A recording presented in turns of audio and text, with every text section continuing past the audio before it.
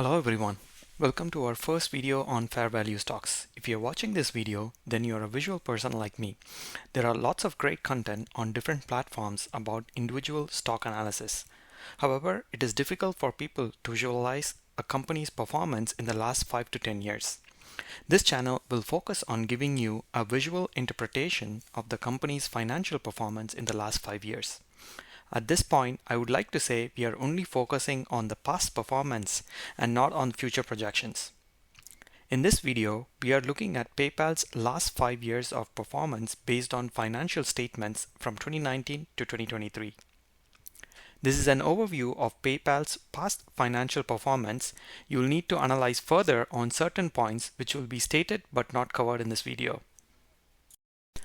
It is one of the high-flying stocks of 2021, reaching a price of $308 per share around July 2021. When I started looking at PayPal, the stock price was around $56 this February this year, almost 5 times less than what it was selling for in 2021. However, during the same period, revenue has consistently increased, so I started to go deeper into the financial statements to see the disconnect between the stock price and the financial statements. If you look at the revenue chart here, until 2021, the growth rate has been consistent about 15 to 20% and has reduced to about 8 to 10% in the last 2 years. The 2020 and 2021 growth could be due to the COVID boost, since achieving a 15 to 20% growth rate for a company like PayPal could be difficult but not impossible. I think an 8 to 10% revenue growth may be sustainable, but is just my opinion. I might say it's just only made $29 billion, which is not as big as Google or Amazon in 2023. But you'll need to have a bigger look at total payment volume they handle. The TPV, as they call it, is the total payment volume handled by PayPal or its partner solutions. Last year, they handled a massive $1.5 trillion of total payment volume. Though this may not be close to the total transaction done using credit or debit card system, the volume is still quite big, and keeping a growth rate of 25 to 30% consistently over a 5 to 10 year period is quite challenging, but again, not impossible. PayPal's business segments are transaction revenues and revenue from other value-added services.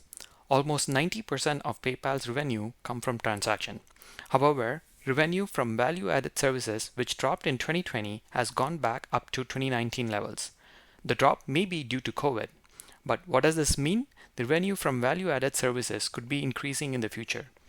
You will need to do more research on which segment of the revenue has better gross profit margin. If we look at the revenue by market, I was only able to find revenue data from USA and other countries total in the annual report. Let me know if you find individual revenue data for other countries. I was surprised to see revenue is increasing in USA, but revenue from other countries were almost at the same level in 2021 and 2022, with a mid-single digit increase in 2023. I thought it would be the other way around, since they cater to over 200 different countries according to their website. But of course, USA is still the largest economy in the world right now, where a lot of people are aware of PayPal. It might not be the case in other countries where access to these online services may be not as widespread as United States. Considering the number of countries it caters to, PayPal has room for growth in other countries. You may need to dive deeper into the revenues they get from other countries to understand it better and not make conclusion based on this chart. Active accounts is the total number of customers using PayPal services. PayPal has a reduction in the total number of active accounts in 2023, which has been consistently increasing over the last few years, at least by some margin. This could be a one-time setback in 2023, or people are actually leaving PayPal for other platforms. Further research is needed on that. Still, 426 million accounts is not that big considering the number of countries it is present and the number of people who do transactions online. So it still has room to grow the total number of active accounts. I have also shown the average transaction per account and the average revenue per transactions. The average transaction per account is calculated by dividing the total payment volume by the total number of active accounts. The average revenue per transaction is calculated by dividing the total revenue by the total number of transactions PayPal did in that year. Keep in mind that the active accounts is inclusive of customer and merchant accounts, so this might not be the right way to calculate these average transactions. Since the average revenue from a merchant account could be much larger than an average customer account. I just wanted to see the performance on a per transaction and a per account level. The decline in average revenue per transaction cannot be seen as a positive or a negative sign since, for example, if the total number of transactions per account is increasing, you are attracting customers to use your services for doing more transactions, so you might reduce your transaction fees. Also, the per transaction fees in some countries could be lower than what it is charged in US, or they could be other factors. But the increase in average revenue per transaction could say existing customers are willing to do more transactions through PayPal because maybe they feel it is more secure and convenient. Again, this is a rough idea and you will need to analyze this with the customer and merchant accounts separately to have a better understanding. Now let's look at gross profit. Gross profit, which has been increasing until 2021, has remained the same since then. Gross margin has also declined from a stable 55% until 2021 to 46% in 2023. What does this mean for you? For every dollar in revenue, 46% goes back into the business instead of 55 cents. That's a 16% decrease. On the other hand, when you compare gross profit and cost of goods and services or COGS has been consistently increasing more than 16% every year, which is interesting to look. My question here is, why has the gross profit remained the same since 2021 when cost of goods and services and revenue has been increasing at a steady rate from 2021 to 2023? And whether the gross profit will go back to 55% or 46% will be the new margin from now on. Net income has also been the same since 2020 with a big decrease in 2022. We could say the decline in 2022 is a one-time setback since net income is back to 2021 levels in 2023. The same level of net income over the past 4 years is a bit concerning for me. Net profit margin, which remained at 13 to 14% until 2019, has been fluctuating from 2020 to 2022. I think the high net profit margin in 2020 and 2021 are due to the COVID-19 boost. The net profit margin is back to 14% in 2023, and we will need to put a timestamp here and compare it with the net profit margin in 2024.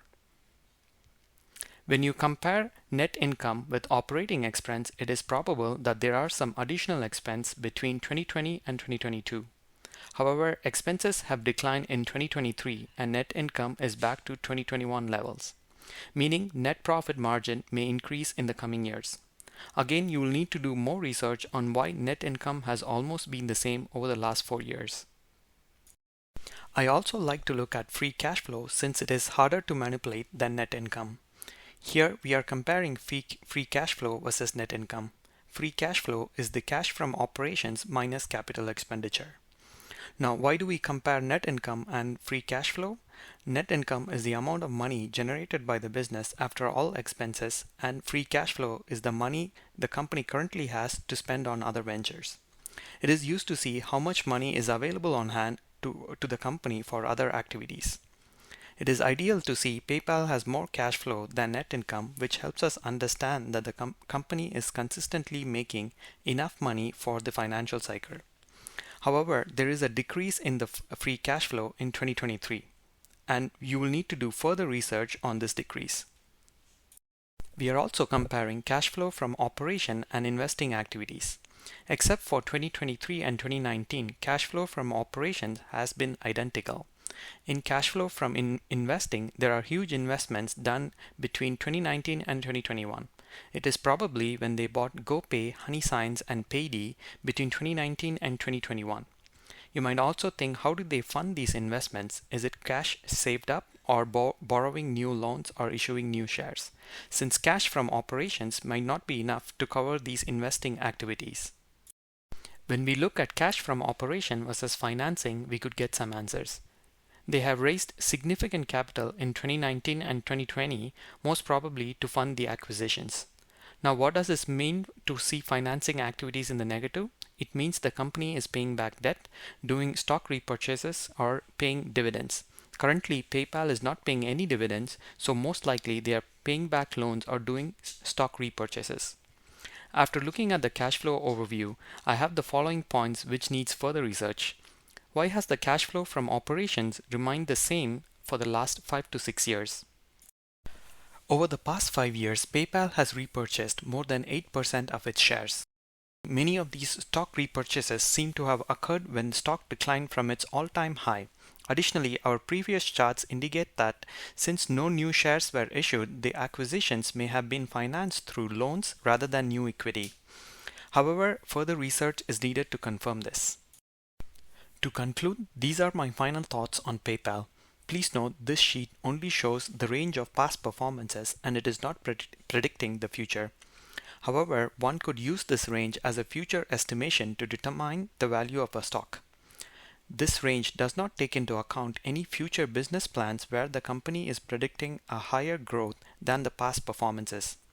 We'll use these ranges to determine the value of a stock using Graham's and discounted free cash flow formula. We will not be explaining how to do Graham's or the DCF formula since there are lots of channels which explain about these formulas, or I will explain it in a future standalone video. The average EPS growth rate is 26% for the last 5 years. However, the last few years EPS growth has been fluctuating, hence I've taken a more conservative range of 10, 12.5, 15% EPS growth rate. Based on those growth rates, the value of the stock could be determined. If you think the values could be higher or lower, please use your estimation to recalculate the value of the stock. Similarly, in DCF calculation, a growth rate of 10, 15, and 20% is taken for free cash flow. Based on those growth rates, the value of the stock could be determined. Again, if you think the values could be higher or lower, please use your estimation to recalculate the value of the stock using the DCF formula. Thank you for watching this video.